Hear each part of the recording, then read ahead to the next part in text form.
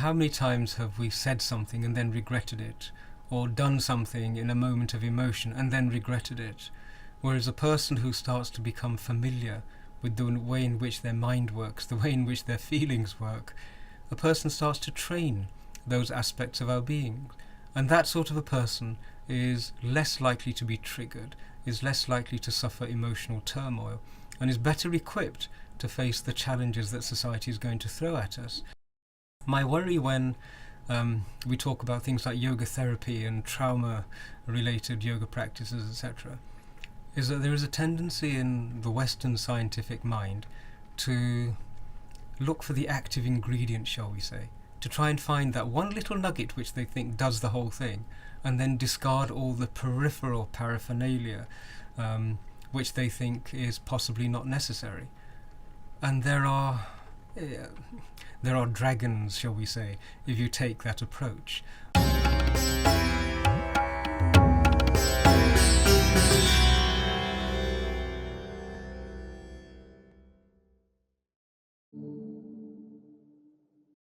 Namaste and welcome to Citti Media.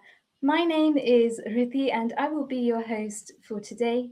And we will be speaking about International Yoga Day.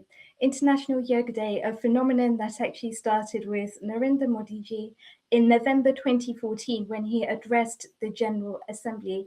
And ever since, annually, we've had this day that's been there to celebrate and to remark yoga as a practice. We are now actually in the 8th year, and it's been fantastic to see the growth, to see the spread as a global phenomenon that's actually started in India and has grown ever since. Today, I've got a very special speaker that will be joining us very shortly, and his name is Pandit Satish Sharma ji. Namaste ji. Pranam ji, namaskar, Jai Shri Ram to you. Jai Shri Ram. He is a British Hindu. He's also the author of Caste Conversion, A Colonial Conspiracy, Yoga Acharya and Dharma Rakshak. Welcome, Panditji. How are you today? Wonderful. It's a pleasure to be here, Hidiji, and delightful to see you here.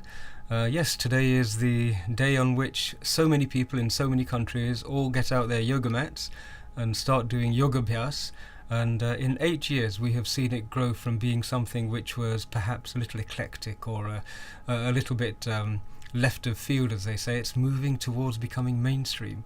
The benefits of the practice and the initiative which was launched and started by Prime Minister Narendra Modi are being seen and, shall we say, enjoyed by so many people across the globe. So it's wonderful to have a chance to have a conversation about this today. Yes, absolutely fantastic. And I'd like to start with something that Narendra Modi ji himself has actually said at the General Assembly, and that is that yoga is seen as a holistic approach to health and well-being through the unity of the body and the mind, the thought and the actions, and the restraint and the fulfillment. What does yoga actually mean to you? Oh my goodness, I'm an old-fashioned sort of a person.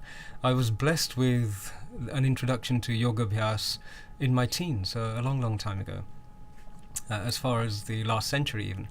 And so I've been, shall we say, introduced to it, trained and practicing it in a very traditional sense.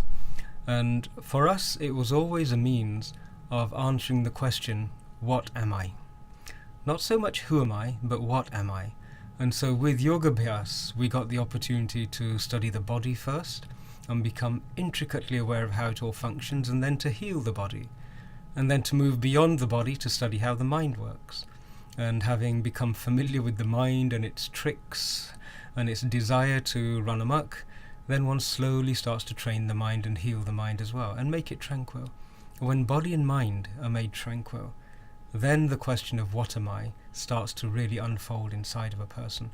And for me, Yoga Abhyas is the journey from being connected with the outside world to being equally connected with the inside world, and to be able to move and navigate in both with tranquility, ease, peace, harmony.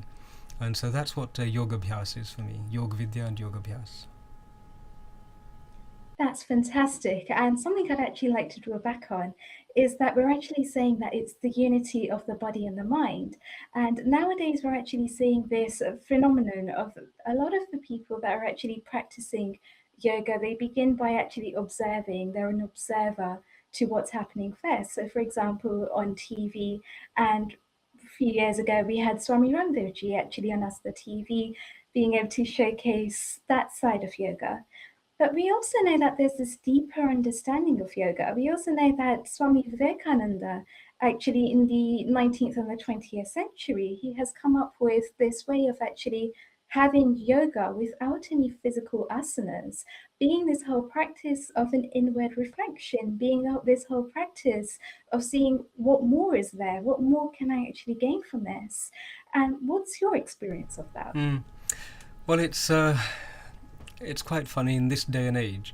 Yoga is being adapted according to what people feel their most immediate needs are.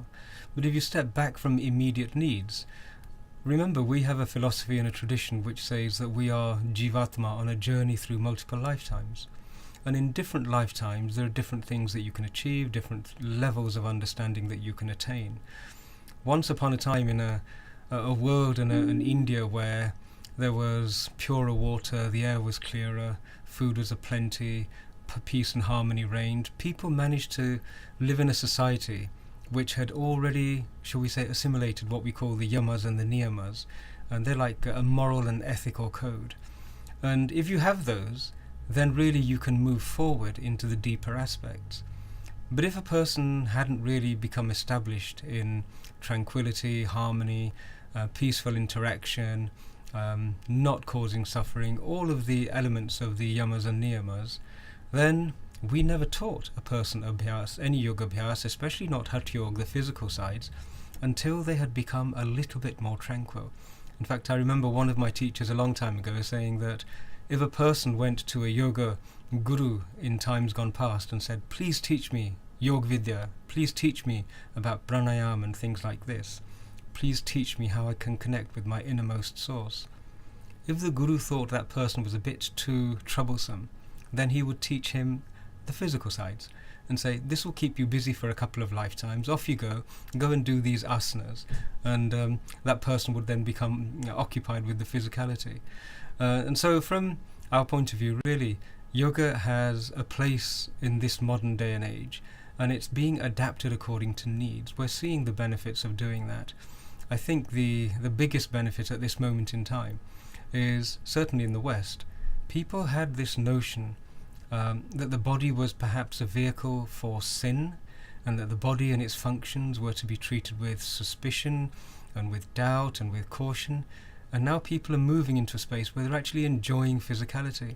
When they sit on a yoga mat and do some asanas, when they do Surya Namaskar, when they sit and go through the Hatha Yoga practices for purification, the Shatkarmas, or Bhavan Muktasan for making the body flexible, removing gases, all of those things allow a person to become a friend to their body. And then the experience of being incarnate actually becomes pleasant.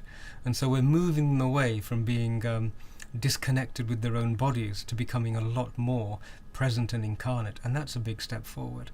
Once you start to experience the benefits yourself, then you better understand what other people are going through. And you want them to also share. So we're starting really at the very bottom rungs of the ladder. And now slowly over a period of time, people are stepping upwards, step by step, becoming more comfortable and becoming healthier and becoming more adjusted to living in society and with other people. Absolutely. And I think you've covered so many different aspects there and you've touched on so many different bases. And so, one of the things that you've actually touched on is this whole idea of actually having a guru. And I think that is a fantastic thing because within the summer solstice, that June the 21st is actually a really prominent day because it's one of the longest days in the summer solstice. And so one of the things that's actually happened there is that we get a Dakshinaya, as it's called, and the second full moon is known as the summer solstice, and that's when we have Guru Purnima.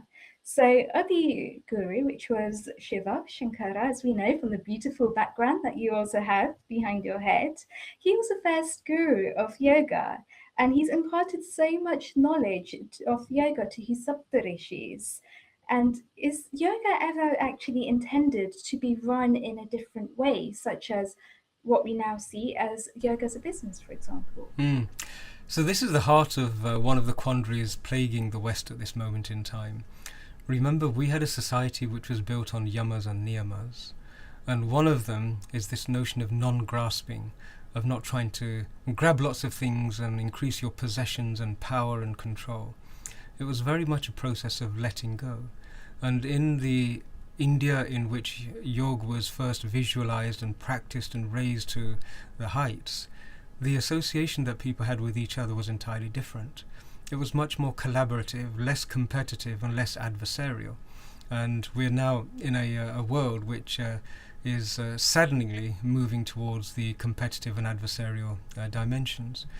Now, in the purpose of yoga is to challenge a person to stretch their own limits and boundaries, to stretch the limits of one's understanding, to stretch the limits of one's emotional body, and to stretch the limits of one's physical being. Every dimension of a human being is going to be tested and stretched and expanded and expanded and expanded until one time comes when literally all boundaries dissolve. Now, the expanding of those boundaries can be a traumatic experience. And so how does one do it? Our ancients and the rishis who you've mentioned, they worked out that the full expansion of a human being, so much so that all boundaries are dissolved, is only possible when you have the relationship of trust, affection and love between the guru, the teacher and the student. There will be times when the student's mind is going to play games, and at that time you want to be looked after and challenged by a teacher who has your best interests at heart, and such a person who you could entrust your emotional well-being to, your intellectual well-being to, your societal and relationships well-being. You would entrust that to one person, and that was the guru. And so our most sacred relationship has always been the guru shishya parampara, as we've called it.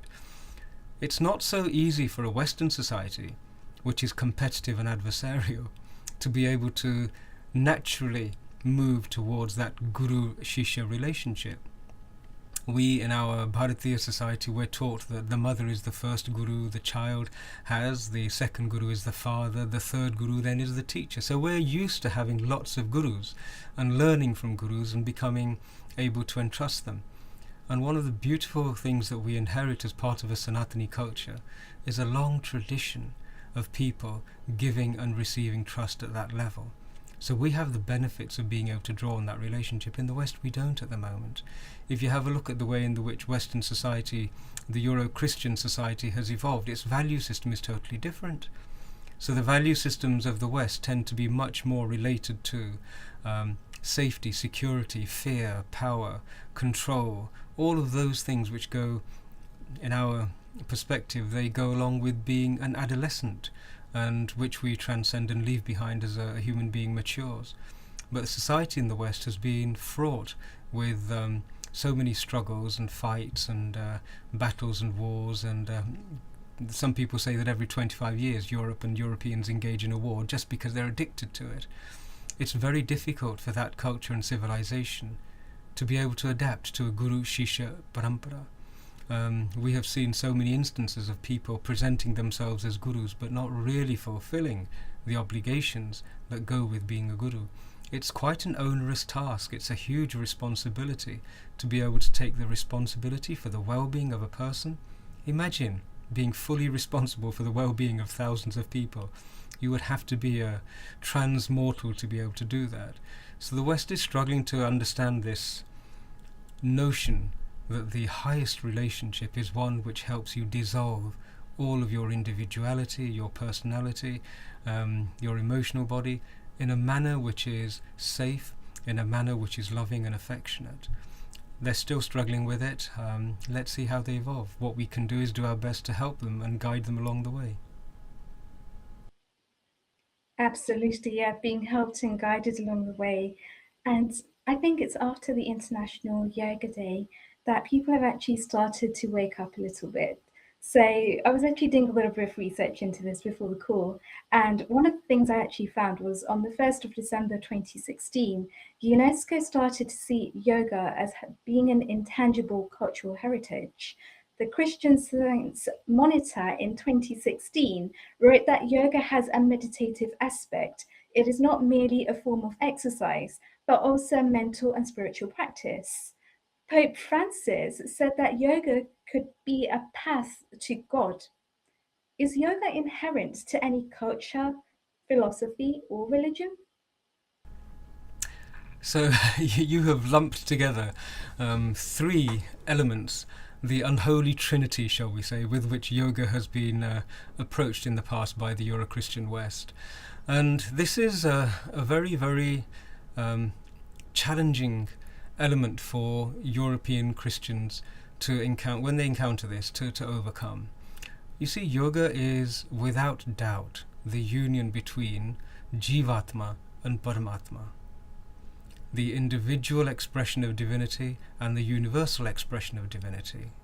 You know, the superconscious, super soul, as sometimes it's called, and the individual, the drop with the ocean. All of these are metaphors and analogies that we use. Whereas the concept of Abrahamic religion is that there is a separation between the two, and that the two have to be in a relationship, one which is dominant, one which is subservient. The notion that Tattvamasi, that I am that my inner essence is actually the same inner essence as the essence of the highest consciousness, divinity, God as they call it, that is anathema to religion. Religion really sort of stumbles when it gets to this point. And so what we're finding is that the establishments which have built their establishments and their transgenerational teaching and power structures, they rely on principles which Yoga says are not based in experiential reality. So that's the conflict, really. The conflict is not so much as what's God, who's God, is yoga a path to God? The conflict is more, how does one keep the flock that one has gathered over millennia by telling them certain stories, when those stories themselves are challenged by the experiential journey of a person who's practicing yoga. This is the essence of the conflict. The fact that people are now beginning to recognize that yoga is a path to divinity is a huge step forward. But wouldn't it be wonderful to know exactly when it was that this change of principle and this change of, shall we say, diktat occurred? And wouldn't it be wonderful if the leaders of the Abrahamic traditions could actually acknowledge that they have now accepted that yoga abhyas leads to a connection with divinity, and that they perhaps even confess their sin of denying it in the past. Great churn, and it's going to be very interesting to see how this churn unfolds. But those who are traditional practitioners from a Sanatani tradition, they have completed this journey. They completed this journey, and looking backwards, they decided to leave a roadmap, or many roadmaps, for people who wanted to follow. And those roadmaps exist, and all of those roadmaps are in the imagery of the Sanatani culture. They use the language of the Sanatani culture. They use the philosophy of the Sanatani culture. So I think it's fairly reasonable to say that Yoga Abhyas and Yoga Vidya are very much fundamentally a part of the vision of existence of the Sanatani culture. Absolutely. And from what you're explaining, we can see how this actually works within the whole Sanatani Dharma culture as well. And I think now people are actually starting to wake up to the fact that yoga has its power on the mats through asanas, physical fitness, through relaxation, through meditation. But it doesn't just stop there. That's just the superficial level of it. Realistically, there are guru darshanas underneath that, yoga darshanas underneath that, where when we actually start to question things, it's like the more we question it, the deeper and deeper we go, the closer it actually brings us back to the core essence of who we really are, of what our purpose really is. And wouldn't it be fantastic to have a vision where we can actually see people not just practicing it on their mats, but also being able to carry forward those actions into their day-to-day lives? It would be a wonderful development, and that's one of the gifts of yoga practice to society as a whole. You know, how many times have we said something and then regretted it, or done something in a moment of emotion and then regretted it? Whereas a person who starts to become familiar with the way in which their mind works, the way in which their feelings work, a person starts to train those aspects of our being. And that sort of a person is less likely to be triggered, is less likely to suffer emotional turmoil, and is better equipped to face the challenges that society is going to throw at us. So it's a wonderful, wonderful practice which delivers benefits for the individual, for individuals in relationships with other individuals, but also for families, communities and societies as a whole. The more and more people who take to yoga abhyas, the practice of yoga, who start to engage with the physical side first and then the philosophical side, the better it will be for all of humanity. And I think this was the vision that Prime Minister Narendra Modi ji had, which inspired him to then approach the United Nations and say, this would be a good thing for humanity. You know, it's very much a glimpse of how humanity is going to march forward into the future as complete, solid, tranquil, affectionate, compassionate, loving beings. And part of that journey requires us to perhaps disconnect or shed or toss overboard some of the ancestral baggage that societies are carrying, some of the ideologies which have given nothing except suffering and division and friction. Each and every one of those, when it's compared with what yoga offers, has really a limited time span. So the sooner humanity can embrace the future and with courage discard difficult elements of the past, the better for everyone. It'll take a bit of courage, it'll take a little bit of adjustment, but I think it's happening. It must happen. The evidence in front of everybody that when a person starts doing yoga abhyas, health starts to appear, tranquility starts to appear, friendship becomes more natural, affection starts to blossom. All of those things are apparent and visible to anybody who observes a practitioner. Why would a person not want those? Excellent. And in many ways, when we actually start to talk about trauma-informed yoga, which the West is starting to develop as a concept, we can start to see elements of this that they're starting to invoke within the yoga, things like being more meditative, things like letting go and surrendering the emotions, things like using breath work, using pranayama in a slightly different way. So although it's a long process and I don't imagine this happening overnight, I can see that there is a long-term vision that they are starting to aspire to. How would you inspire people that are just beginning on this path of yoga to take this up as and become a lot more consistent with their practice of yoga? It's a wonderful question. You know, I always think twice before recommending or making a proposal to people in general, because there's a chance that somebody might even listen and take note of it and start to act upon it. But I have a caveat, a little bit of a warning, and that is that our civilization dived so deeply into this science and into what it is to be a human being that we saw how even breath can change feelings, how by regulating your in-breath and out-breath you can change the manner in which an emotion is being processed and dealt with. So there was a very refined level of scrutiny. People who were able to do that, they created mechanisms whereby that knowledge could be taught to other people. They didn't make casual suggestions. They didn't just throw something together as a course to be done in 200 hours at a local YMCA or something like that. They gave a great deal of thought to how can this knowledge be safely preserved and safely transmitted to other people so they can benefit from it. My worry when we talk about things like yoga therapy and trauma related yoga practices, etc., is that there is a tendency in the Western scientific mind to look for the active ingredient, shall we say, to try and find that one little nugget which they think does the whole thing, and then discard all the peripheral paraphernalia which they think is possibly not necessary. And there are dragons, shall we say, if you take that approach. And it would be terrible if people were to start to cherry pick without knowing why certain practices, why certain preparations, why certain mental and intellectual preparations needed to be done before embarking upon yoga practices. I'll give you a very crude example. If you take a person who is not familiar with the ethics and the morality, the yamas and the niyamas, and you teach them the Hatha Yoga practices to develop strong musculature and the capacity to have very sharp focus, it's the equivalent of teaching a burglar how to focus and concentrate. You will get a very competent burglar. And that's not a good thing. In our tradition, we've always emphasized the morality and the ethics first, and then you start to create a person who is not going to abuse the knowledge that they're given.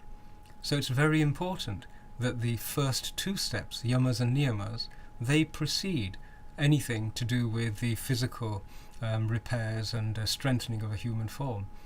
And so that's an example of how it's not the right thing to do, to cherry pick just on the basis of limited understanding what you think you can actually do, and to then spread it everywhere. I was really worried when mindfulness became the soup of the day, and everybody was speaking mindfulness, mindfulness, mindfulness, and I'm thinking, my goodness, this is not a good thing to do. Prior to this, you have to help the person's personality to mature, and then you teach mindfulness. So these are subtle differences, and I think that as time progresses, greater numbers of people and institutions, such as the National Health Service and so on, they will learn, hopefully not by too painful a process, to respect the mechanisms and the packaging and the presentation which accompanies traditional yoga teachings and yoga vidya. That's my only real concern.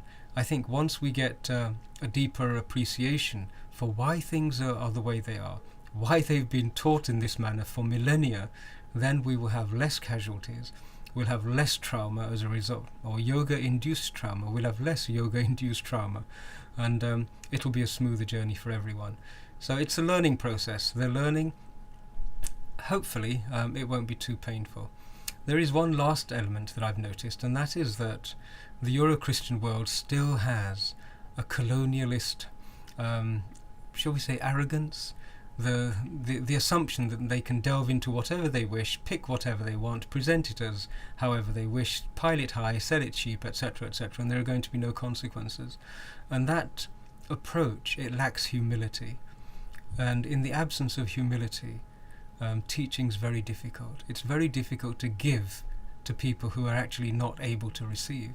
And so wouldn't it be wonderful if we see a conscious effort from the Western world to develop humility and to start to appreciate that a civilization that could have a darshan, have a vision of the science of yoga abhyas, they're worth listening to. Beautifully explained. So we're starting to actually find that compulsion type behavior isn't really the way forward, and it doesn't really have a place within yoga. And we can actually start to see that through our lives, through our day-to-day actions, that we're able to think slightly differently, or we're starting to be a little bit more meditative over the actions and starting to create that sense of awareness and observance about what it is that we're doing and where it is that we're moving. And the thoughts just sprang to me that there are some walls that you can storm, and there are other walls where you have to knock very gently, bow your head, and hope that a doorway will be presented. And yoga is one of those. Human evolution is of the latter type, and the West is a natural inclination to storm the ramparts and sort of conquer and sort of clamber up to the top of Everest and dive to the depths of the ocean. It's wonderful, it's great. But when it comes to the evolution of a human heart, and especially the evolution of a human spirit, it doesn't work. Storming the ramparts often leads to a great deal of difficulty and suffering. So humility is, I think, the next big evolutionary step that we will see in the West. Fantastic. Very well explained, Panditji. We're just about to wrap up. Do you have any final thoughts? There is one principle I'd like to emphasize, and that is that when a student is ready, a teacher is provided. It seems to be a fundamental law of the universe. It's happened in my own experience. And so the emphasis is on the student making themselves ready. You have to keep doing your practice, pursue the practice as best as you can with the guidance that you have. And if your approach is diligent and it's courteous and it's respectful, you can be certain that the level of teaching that you require next will somehow or other be brought to you. It's very much a fundamental part of the world that we live in. So my recommendation and blessing to everybody would be, do the practice as diligently as you can, do them as regularly as you can, keep committed, keep positive, and allow yoga to help the being that you are unfold and blossom, and then spread its fragrance. Let's see what it is that you are here to spread. Fantastic. Panditji, thank you so much for joining us today, for actually spending that time with us. It's my pleasure. Thank you. Dear viewers, I hope you enjoyed that program on yoga and how you can develop your yoga practice further. Until next time, pranam, stay safe, take care. Om Guru Bhyo Namaha.